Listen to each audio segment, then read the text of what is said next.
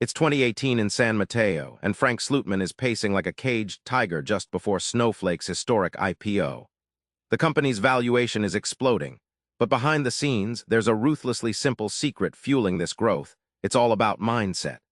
What if the key to hypergrowth isn't your tech, your team, or your market, but how loudly you turn up the intensity? That's the story Frank's ready to unleash. Most companies settle for good enough, but Frank didn't. Snowflake's leap came when he declared war on complacency and forced the team beyond comfort zones.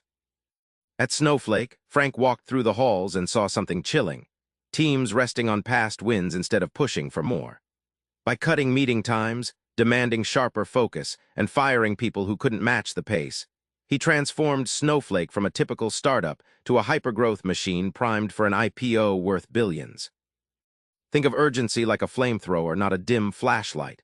A flashlight shows you the way gently, slow, cautious, polite. A flamethrower burns through distractions and hesitation, forcing immediate action. That's the intensity Frank demands every day: clear, burning, uncompromising.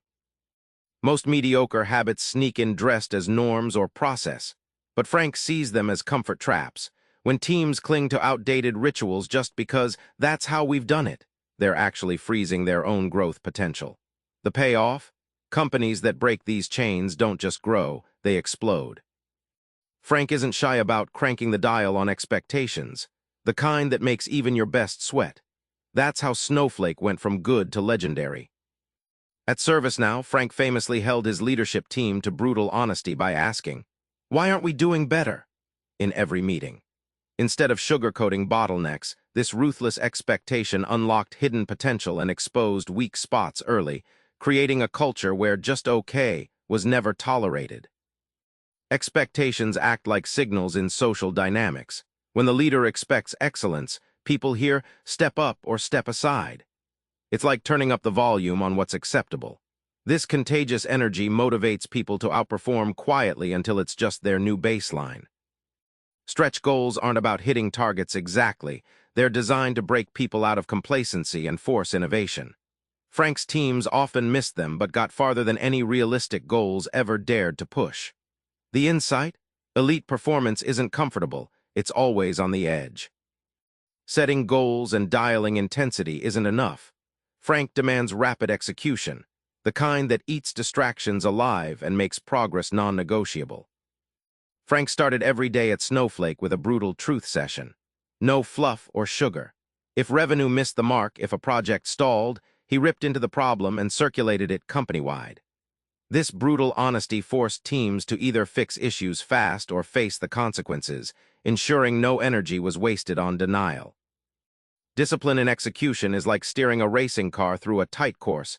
You must discard every distraction: social media, endless emails, or endless checking-in meetings.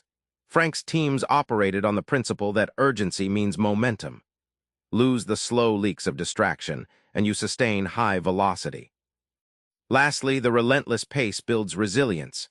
Sure, this tempo is exhausting and sometimes brutal, but it forces the organization to get comfortable being uncomfortable, making them adaptable and battle-ready for whatever market storm comes next, because growth waits for no one.